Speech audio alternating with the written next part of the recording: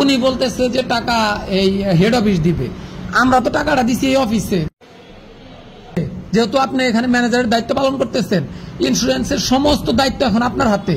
তো সেহেতু আপনি আপনার যে অফিসটা আছে আপনি এটার বিষয়টা নিয়ে আমাদের কাছে শুধু এটাই বলবেন যে আমাদের এই প্রবলেম, আর কিছু না। জি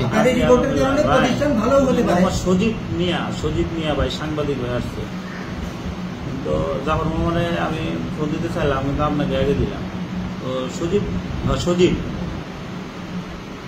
ভাই আসছে, ওনাকে কোম্পানির টাকা কোম্পানি দিবে, কিন্তু ওনারা আইসা কথা বলতেছে যে লাইব্রেরিটা আপনার।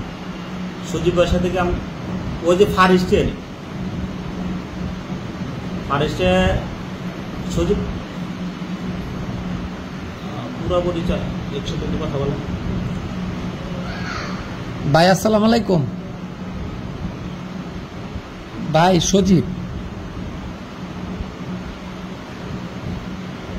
ভাই, এখানে হচ্ছে ওনার কাছে আমি ভালোভাবে ওনারে বলতেছি যে ভাই আমার চাচাতো ভাই টাকা মানে ইন্স্যুরেন্স করছিল একটা, তো এটা 4 বছর মানে মেয়াদ উত্তীর্ণ হয়ে গেছে।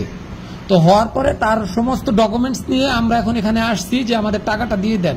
উনি বলতেছে যে টাকা এই হেড অফিস দিবে। আমরা তো টাকাটা দিছি এই অফিসে, তাহলে তো আমাদের অফিসে টাকা দিবে। এখন উনি বলতেছে যে আপনি হেড অফিসে গিয়ে কথা বলেন। আমরা হেড অফিসে কথা বলবো কে ভাই? এইটাই মূল ইস্যু, আর কিছু না।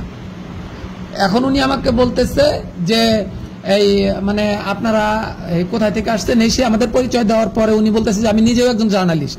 পরে বললাম যে আপনি জার্নালিস্ট হলে তো আপনি আরো আমাদের সহযোগিতা করবেন, আমাদের কাজে আপনি আরো সহযোগিতা করবেন, এবং আপনার যে কোনো দায়বদ্ধতা নাই।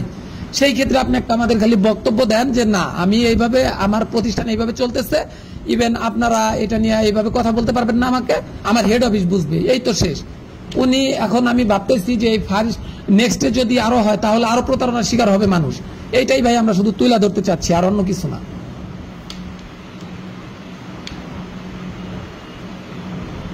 আচ্ছা আচ্ছা, জি ভাই,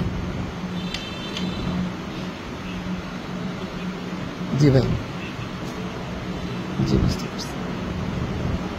আচ্ছা আচ্ছা আচ্ছা, তো আপনি শুধু ভাই একটা কথাই বইলা দেন যে আপনি খালি আপনার মতো করে আপনি বইলা দেন, আর কিছুই দরকার নেই। ধরেন ভাই আপনি একটু কাইন্ডলি এটা বলে দেন। জি ভাই, থ্যাংক ইউ।